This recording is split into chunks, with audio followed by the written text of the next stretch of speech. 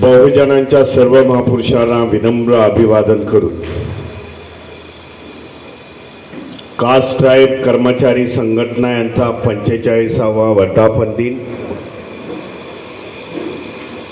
आणि तो साजरा करण्यासाठी संघटनेवरती साधक बाधक चर्चा करण्यासाठी या इथे काही वेळापूर्वी उपस्थित होते ते सीएम थूल उत्तमरावजी खोब्रागडे। त्यांनी पूर्व इतिहास त्यांनी जे जे आपल्यासाठी काम केले त्याचा चांगल्यापैकी आपला स्मरण या सभागृहामध्ये आपल्या समोर करून दिलेलं आहे ते उत्तमराव खोब्रागडे, सुनील निर्मोणे, एस.के. भंडारे, शरद कांबळे,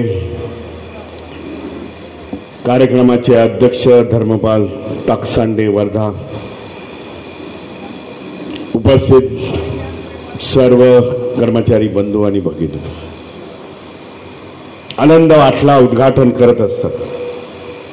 खरं म्हणजे उद्घाटन पहिल्यांदा व्हायला पाहिजे, पण मी म्हणतोय शेवटी अगदी आनंद ह्याचा वाटला की गेली 45 वर्ष एक संघटना सातत्याने आपल्या कामगार बंधूंवरती काम करत आहे, त्यांच्या हक्काचं संरक्षण करत आहे, त्यांच्या असलेल्या समस्यांचं निराकरण करत आहे। ही मी समजतो आजच्या घडीला सर्वात मोठी घटना। एवढ्या मोठ्या काळामध्ये संघटना चालत नाही। ही आज ह्या महाराष्ट्रातली मुंबईतली परिस्थिती मी बघितली। ज्या संघटना जेवढ्या गतीने वरती आल्या, ज्या संघटनेने कामं केली कामगारांसाठी, मग त्या प्रायव्हेट संघटना असेल, प्रायव्हेट सेक्टर मधल्या संघटना असतील, सरकारी संघटना असतील, परंतु 95च्या नंतर या देशामध्ये ह्या महाराष्ट्रामध्ये यांच्यामध्ये फूट पाडण्याचा प्रयत्न झाला। अगदी सिस्टमॅटिकली फूट पाडण्यात आली। जे सरकारमध्ये बसले होते त्यांनी त्यांच्या संघटना निर्माण केल्या, ह्या संघटनेची लोक फोडली, त्यांना सपोर्ट केला आणि संघटनेमध्ये दुफळे माजवण्याचा प्रयत्न केला। संघटना जी कालपर्यंत कार्यरत होती तिला खिळखिळ करण्याचा प्रयत्न ह्या महाराष्ट्रामध्ये झालेला आहे। म्हणून तुमचं अभिनंदन आहे, 45 वर्ष टिकून ठेवलं तुम्ही। 2-4 वर्षापूर्वी किंवा अलीकडची घटना म्हणा, आपल्या कास्ट ट्राइब मध्ये एसटी संघटनेमध्ये देखील, एसटी महामंडळामध्ये नवीन प्रकारचं नेतृत्व सरकारच्या वतीने उभं करण्यात आलं। सरकारच्या वतीने मी सांगतो, इकडची पैदास आहे, ह्या आंबेडकर भवनामध्येच होते 4-5 वर्ष। परंतु जेव्हापासून विचारधाराची लाईन नाही, मला त्याने महापुरुषाच्या विचाराची लाईन सोडली, मनुवादी विचारसरणी त्यांनी आपसाली, तेव्हापासून आम्ही आंबेडकर भवनाशी आणि त्याचा संघटनेशी संबंध तोडून टाकलेले। हे आज सर्वीकडे घडते, परंतु आपली एकजूट असणं गरजेचं आहे। अधून मधून बातम्या येत असतात,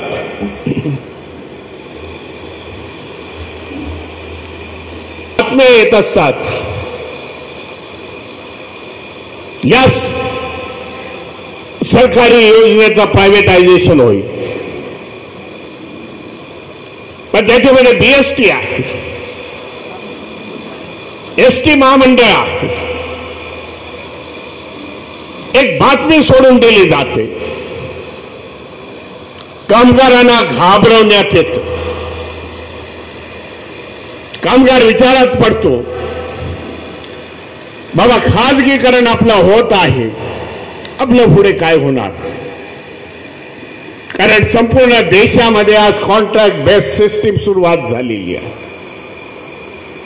जे बाबासाहेबांनी त्यावेळेला संविधानाच्या माध्यमामधून नवरत्न कंपन्यांची निर्मिती केली, ज्याचा उल्लेख मगाशी थोर साहेबांनी केला,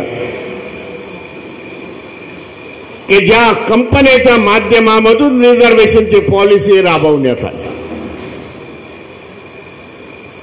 आज त्या सर्व सरकारी कंपन्या, नवरत्न कंपन्या खाजगीकरणाच्या वाटेवरती आहे. काहींचं खाजगीकरण झालं.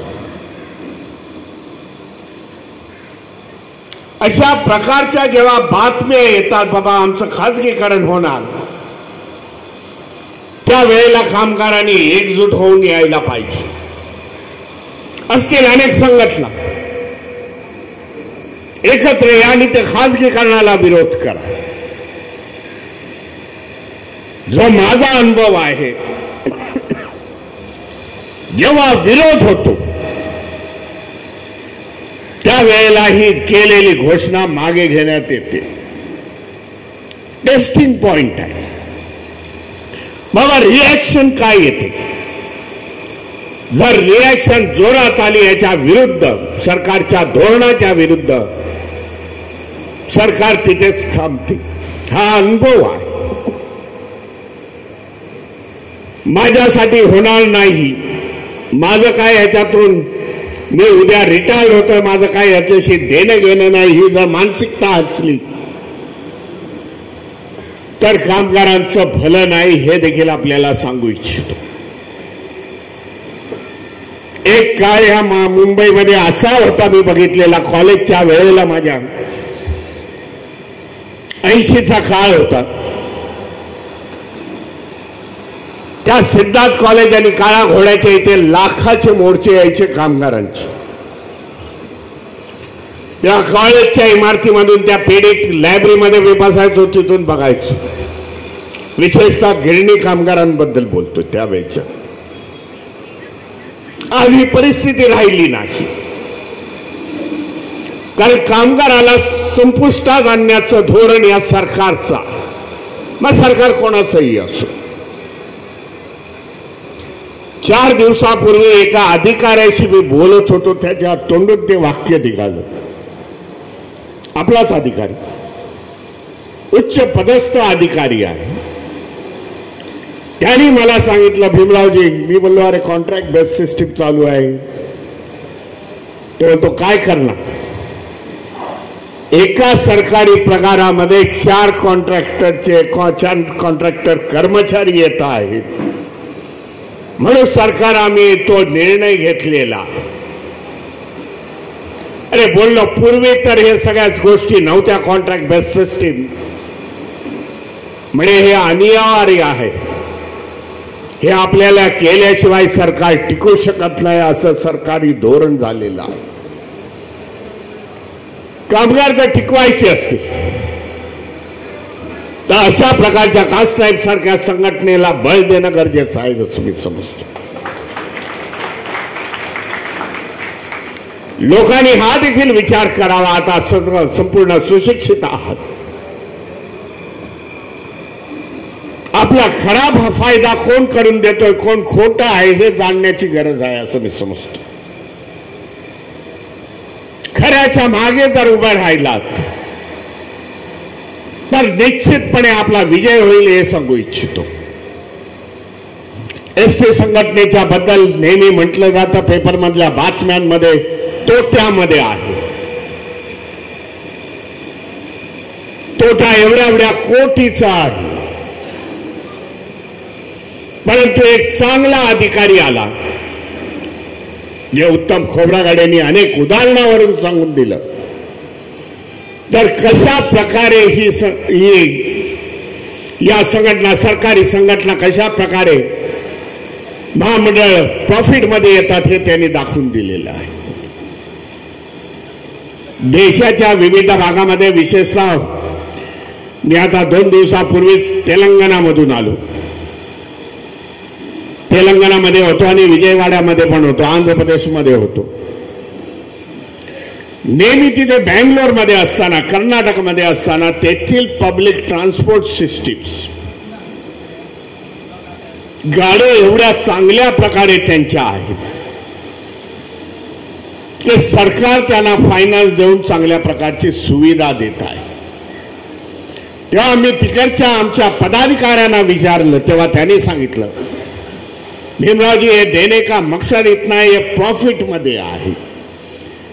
त्या त्यांच्या जर पब्लिक ट्रान्सपोर्ट सिस्टीम प्रॉफिट मध्ये असेल तर महाराष्ट्रामध्ये तोट्यामध्ये का?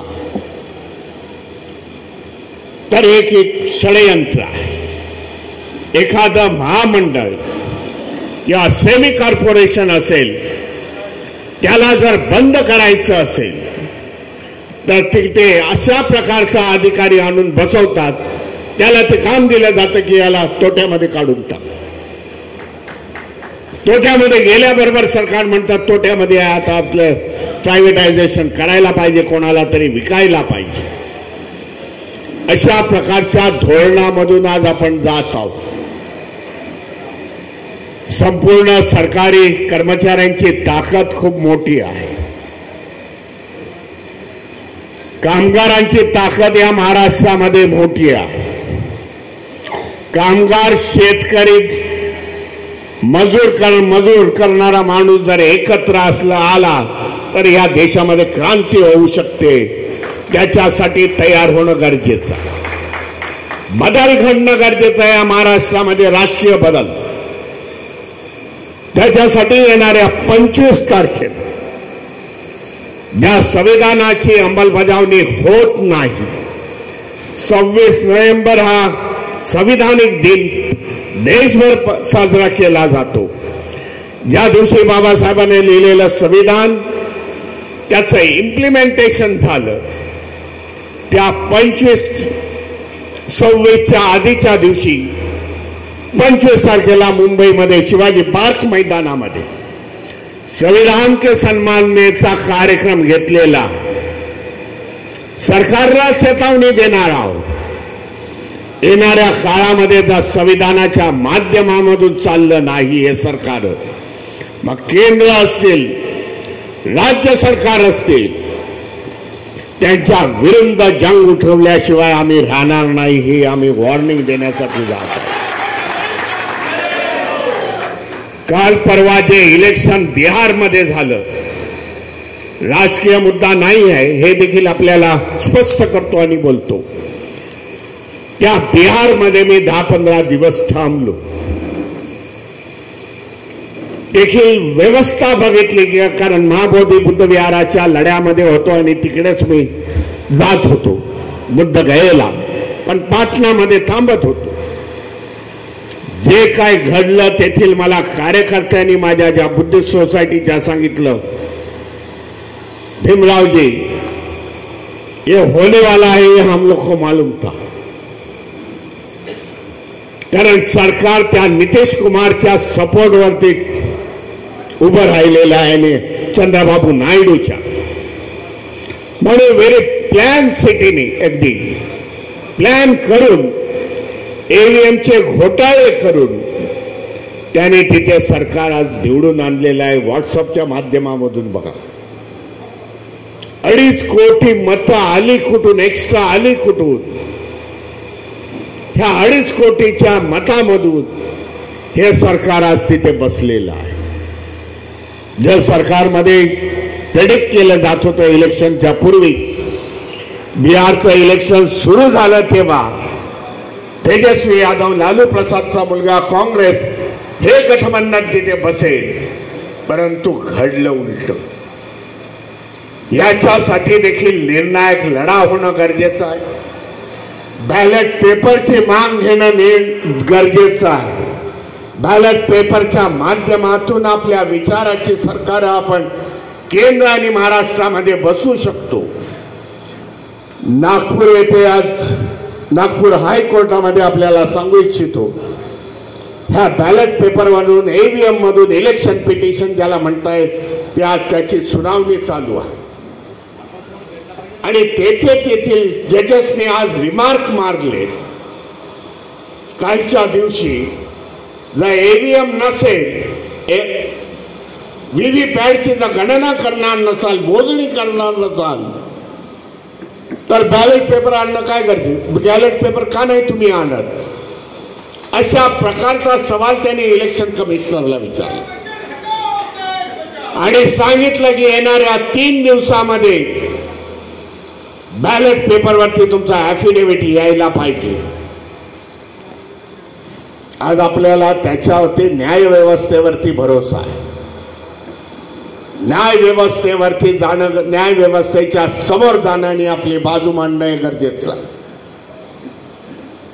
काही 15-20 दिवसापूर्वी महाराष्ट्रातल्या विरोधी पक्षांनी मोर्चा काढला दुबारा वोटिंगचा. थोडक्यात संपवतो. एवढ्या घरामध्ये एवढे वोटर्स मिळाले, मान्य करतो आम्ही हे दुबारा वोटिंग, बोगस वोटिंग एका घरामध्ये मिळाले, शौचालयामध्ये मिळालेले आहेत नवी मुंबईच्या 180. परंतु हेच आम्ही 1920-19 मध्ये आम्ही सांगत होतो. जे मागचं पार्लमेंटचं इलेक्शन झालं, मागचं स्टेट इलेक्शन झालं महाराष्ट्राचं, तेव्हा वंचित बहुजन आघाडी सांगत होती बाबा हे दुबारा वोटिंग पेक्षा ईव्हीएमचा घोटाळा या महाराष्ट्रात मोठा आहे. तेव्हा जर ह्या विरोधी पक्षांनी ऐकलं असतं तर 24ला फेर तरी मतदान झालं असतं. परंतु देर आई पण जाग आ गई असं म्हणतात त्याप्रमाणे आहे. याच्या विरुद्ध निर्णायक लढा कामगारांनी, सरकारी लोकांनी, कर्मचाऱ्यांनी सगळ्यांनी मिळून लढणं गरजेचं आहे असं आपल्याला सांगू येतो. ह्या आपले हक्क आणि अधिकार वाचवण्यासाठी आपली कास्ट टाईप आहे, त्याचबरोबर थोडं राजकीय देखील प्रबोधन होणं गरजेचं आहे असं समजतो. 45 वर्षाच्या वाटचालीचा मी कास्ट टाईप आणि त्यांच्या सर्व पदाधिकाऱ्यांचं अभिनंदन करेन. येणाऱ्या काळामध्ये एक बुलंद ताकद या महाराष्ट्रामध्ये कास्ट टाईपच्या माध्यमामधून निर्माण होऊ की ज्याचा सरकारला धाक असेल ही अपेक्षा करतो आणि माझ्या वाणीला विराम देतो. जय भीम, जय संविधान.